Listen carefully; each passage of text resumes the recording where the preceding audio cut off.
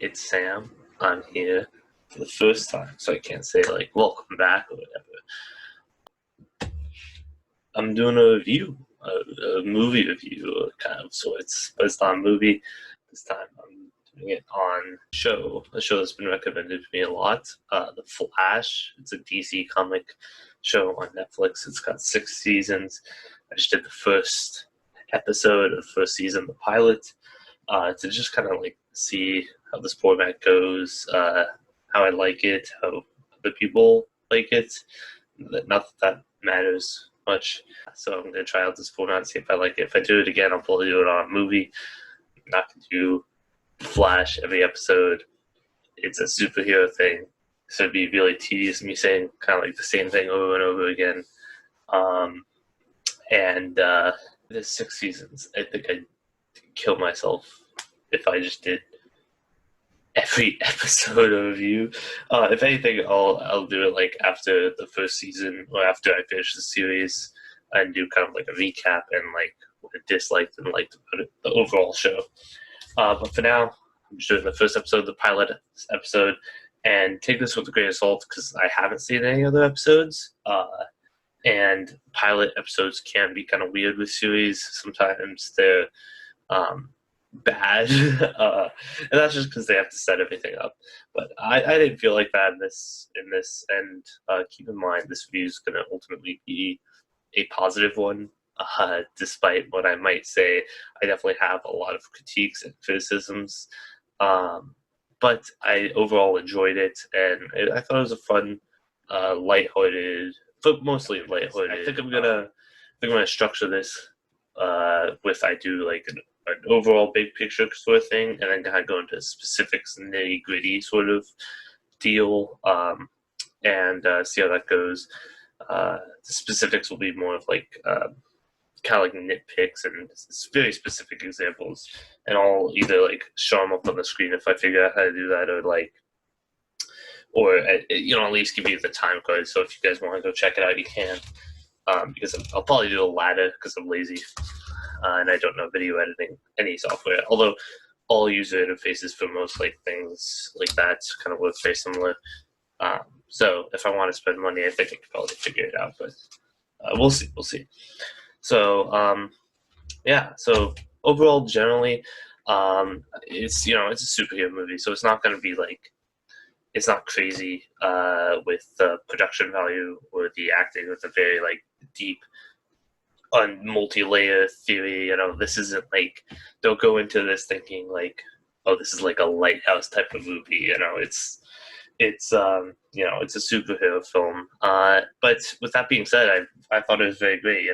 The first episode is kind of old now. I believe it came out in 2013 or 2014. So take that like as you will.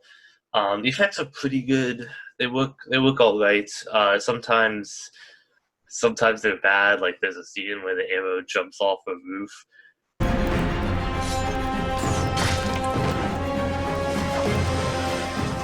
Cool. It just looks bad. There's yeah, some of it's bad, but some of it's good, and they use practical effects for some big things I wasn't expecting, and it turned out really nice. I really enjoyed that. I'm very glad that they did that. The storyline, as of right now, is extremely generic and very predictable. I knew where everything was going from the get-go, pretty much. From the the villain dies at the end of the first episode. At least the one for this section. I think they kind of set it up where this first episode was kind of like a shorter version of like what a season might be. It was very condensed. It set everything up, and it kind of like showed you what the potential of the show was. So if you could decide if you would like it or not, continue going into like it for more in-depth episodes and whole seasons that have overarching plots and character arcs and like intertwining stuff. And that's like kind of the main advantages of TV shows. At least that's what I assume it's doing. Again, I'll probably revisit this later. But yeah, it did wrap it up nicely with a bow at the end. And so the villain dies. Sorry, spoilers. Um, at least the villain for the first episode. And yeah. Anyways, I saw it. I saw that plot line going exactly like it did. The love story is the most generic thing imaginable. Guy likes girl but doesn't want to tell her, and they've been friends for a really long time. And now this other guy, this new guy, comes in, and then the girl falls in love with him and starts dating him or whatever. And he's just like better than the main character in every way. Oh, he's better cop. He's a smarter, better looking, slightly. She chooses him over the obvious choice of the friend. It's just like, oh my god, it's just, oh, but they gotta keep it a secret from their parents, and it hurts. It's yeah. Don't watch this for the love story. Sorry, um, but that's pretty bad. Uh, it was very fast paced and mostly kept a light-hearted tone throughout it, and I really enjoyed that. I'm really glad that it was like there wasn't any filler in this episode. Nothing could be trimmed from it. It was very like things just constantly happened, and I'm glad I was never bored watching this. It was like a 15-minute episode, by the way. Um, yeah, most of the scientific mumbo jumbo uh, done in this film. I really hate when films just kind of like spout out stupid scientific terminology and like, oh, we're smart. But from the stuff that I did understand, they had actually like the writers had done their research. It was factual for the most part. Like obviously, it's a superhero movie, and the whole concept of the Flash being able to exist and a guy controlling weather and that stuff. It's like the film even, or not film, like the show even says, um, it's theoretical and it wouldn't be possible. But all the other stuff that does happen that's like actually possible is factual. It's not just like stupid shit that they mouth off, which I enjoy. I like that about it. So I like the main character, the actor for the main character. I what's his name? Oh my god, I'm gonna look it up. Grant Gustin. Grant Gustin. I really enjoyed his performance. I thought he was fantastic. He actually cries instead of like having the fake cry or anything. I thought that was really good. I thought he was just a really good actor in general. Yeah, I really enjoyed his performance. At least, not to say all the acting in this is really bad. I'll get to that a little bit later. Like I thought the black father figure, kind of main cop guy, I think he's really bad. But I really enjoyed the main character's performance. I thought he did really well. I know fake crying. I really appreciate that in a film because not all actors could do that, and I think that's kind of ridiculous. I can't do that on command, but I'm also not an actor that's paid a lot of money to be able to do something like that. So yeah, and the only other like general sort of thing I have to say is I like the father figure. I liked the main character's father that got like put in jail. I really enjoyed his character. Anyways, okay, so that's kind of more generic. I'm gonna get into more specifics here.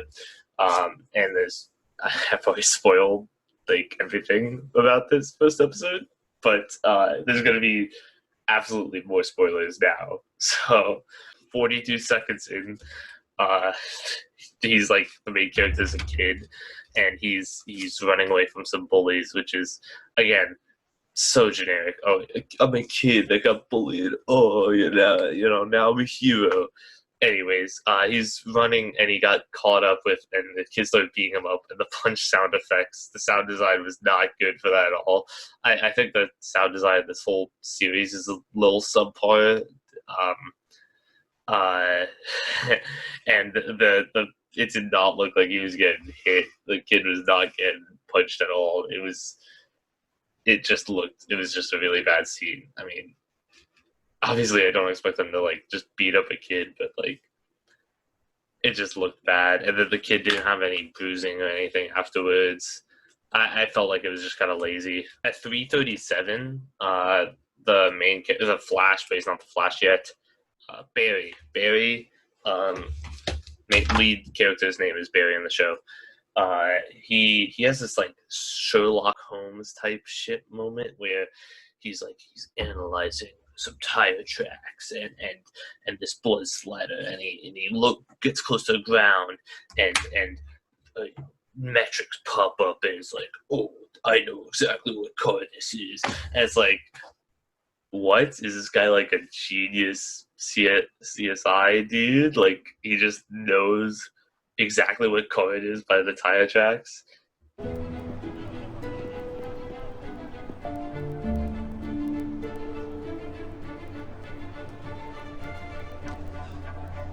Getaway cars and Mustang Shelby GT500. Like this would be a cool concept in and of itself, and it is because they do that with Sherlock Holmes. And it's like this is never really explained or brought up in the future. Maybe they'll bring this up later. I don't see that happening though. And it just seems really out of place. I guess they needed some device to be able to, uh, lead the guys to the villain. But yeah, this was it's kind of stupid in my opinion. 509, the love interest, that like cop's daughter and Barry are talking, and she's like, oh, Barry's like, oh yeah, he's talking about this scientist. And he's like, his work is far ahead of everyone else's, and she's like, you're doing this thing where you're not speaking English. It's like that wasn't difficult to understand at all. He just said his work is light years ahead of everyone else's. It's just like, I can't understand that. It's like, aren't you writing a dissertation? How do you not understand that? What are you writing a dissertation on? Oh man, I thought that was just stupid. At 6:30, that's just more examples of this love story being blatantly obvious, and the girl's like, "Oh, I'm glad we're friends," and he's like, "Oh, but I want to be more than that," but she can't take the hint. And it's just like I'm just cringing throughout this entire the love story again. I'm just gonna be repeating myself. I'm not gonna bring it up again. This is terrible. At 7:52, Barry's chasing after this guy that stole a laptop, and he just like runs into a guy that's just like walking. It's like you could have easily got out of you.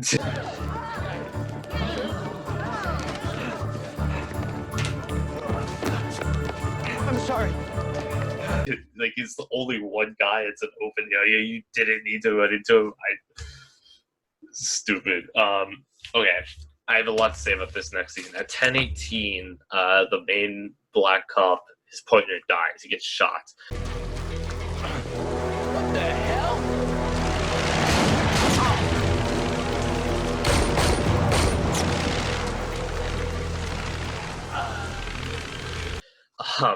And he gets shot and it's CG blood, and it's really bad. Like, don't you guys like CG blood? I mean, doesn't look good in every film you ever think about all the great action films you've seen.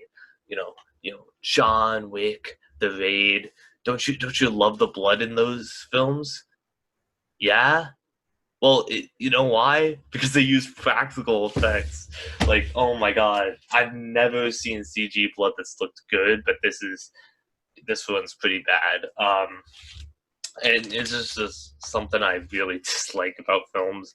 CG blood looks terrible. That's really the only thing wrong with this scene, except for the black cops acting.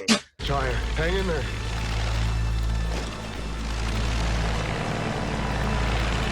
Again, he isn't very good. His partner dies. He's just like, stay in there.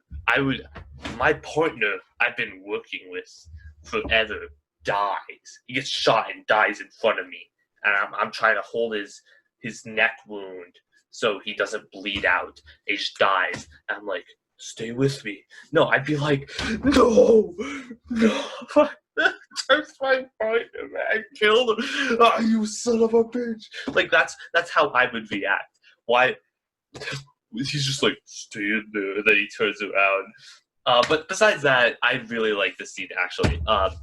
It shows that the show's not afraid to kill off characters, which I really like. I didn't dislike shows that just like are afraid to kill off characters or pull off some stupid shit where a character you think dies and then he comes back. And it illustrates that there's real stakes to the show. There's real consequences. People can just die like that, and they're vulnerable, and it feels real. And I really enjoyed that. And it's also not melodramatic. The guy gets shot in the neck and he bleeds out in like 3 seconds, and he's not like, "Tell my wife I love her."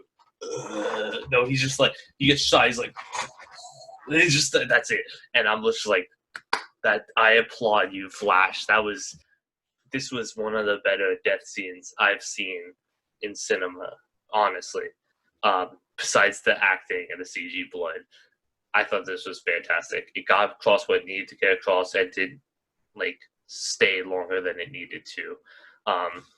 Not like I like how even Deadpool 2 weird show to be referencing. Not really actually though, because it's superhero, but Deadpool's death scene at the end of Deadpool 2 was just like, it was making fun of those types of death scenes. It was way drawn out, way too long. It was like 3 minutes, and it was comedic for that reason.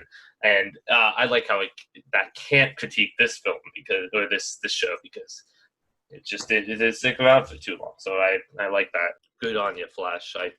Hats off to you on that regard. The next scene at 14:55, 4 minutes later. Barry gets struck by lightning. That guy gives him his powers, and he's in a coma for 9 months, right? Almost a year, like 75% of a year, and he's in a coma for this long.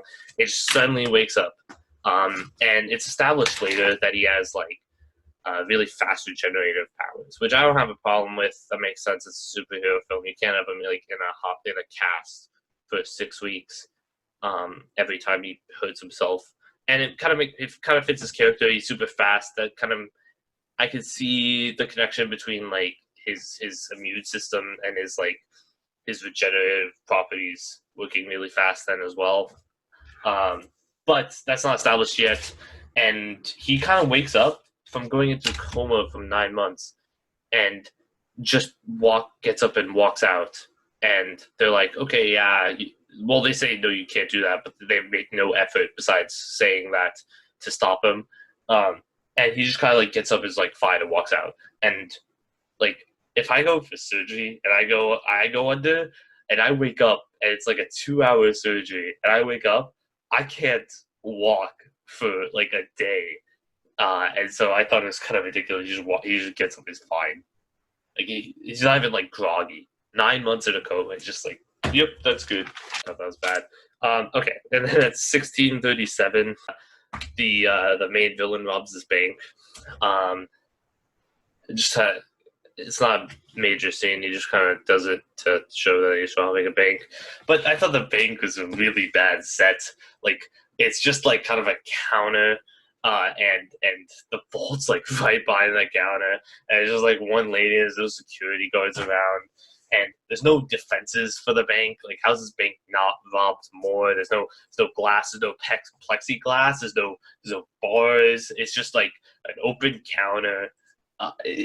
Like, how is this bank not robbed more times? And at 19:59, pretty much 20 minutes, Barry's talking to his like research assistant, and he's gotta be like a little flirtatious. She says like, "Oh, my once promising career's over." Yeah, because he's like, "Oh, why are you smiling all the time?" No, not like that, but like that's an over dramatization of it. And she says, "Oh, my once promising career is over, and my fiance died." And what? Nothing. I just noticed you don't smile too much. My once promising career in bioengineering is over. My boss is in a wheelchair for life. The explosion that put you in a coma also killed my fiance. So this blank expression kind of feels like the way to go. bro, why are you being so harsh? Like, The dude's been in a coma for 9 months. You didn't know that. He wasn't the cause of the thing exploding and causing all this damage. That was actually your fault. So I don't know why you're salty. It's also been 9 months. Like, you not move on from that? I also don't know why your career would be messed up from this. Science is all about like making mistakes. Like I realize people died and stuff, and there should be repercussions for that. But it should be repercussions for not taking proper safety measures. But you're also doing something that no one's ever done before, and it was a huge event that was news advertised and like a huge opening for it, and it was like groundbreaking revolutionary thing that was happening, and it's like, oh, now my career's over. It's like people should be like, holy shit, they actually achieved this for a little bit, and then it went wrong, but like, oh my god, they did really well. And science is about like making mistakes and like being like, okay, well, that I didn't expect that, but at least this happened, so now I could like assess it and move on and make advancements from it. And so I don't know, I thought that whole point was flawed. And she's just like a real bitch here, and I don't really understand it. Like, he just asked you, like, why are you smiling? And she's like, fuck you, like, pretty much. At 23:11, more exposition dump. But I don't mind it. It's where Barry's talking to the lead scientist dude. He's like, oh, yeah, my parents, or my mother died, and my father's in jail for it, but I don't think he killed her or whatever, and he's having a realization. But I liked it because despite it being an exposition dump, because we'd always seen it happen, like we saw the flashback, and so this retelling of it is it's not just like other shows where it just kind of like cuts and it's like, oh, because they don't want to say exposition again, which that makes sense. But this one, he talks it through, and the cameras are there, but they're not flashing back again, right? The cameras are focused on the characters this time and their reactions. And I thought that was good. I thought that was nice, nice touch. It explains that the characters are kind of like bonding over this, and it shows their reactions, and it gives the actors a little bit of time to shine. It also sets up them now knowing his past and whatever. Okay, and then at 23:13, there's a car crash, a couple car crashes, and there's a little bit of CG in there, but most of it was very practical. And they actually flipped cars over and smashed them and scraped them across the asphalt, and it looked good. And it's gonna stand looking good for years because it's practical effects. They actually flipped these cars over and smashed them and stuff, and I really enjoyed that. I'm a sucker for practical effects, and I thought it looked really nice. So again, tip of the hat to you, Flash, for that. Thank you for using practical effects. At 29:13, I love the motivation of the lead scientist. It actually makes sense. It's kind of why I like Thanos as a villain as opposed to like any other non-memorable villain, is because it's like he actually makes sense.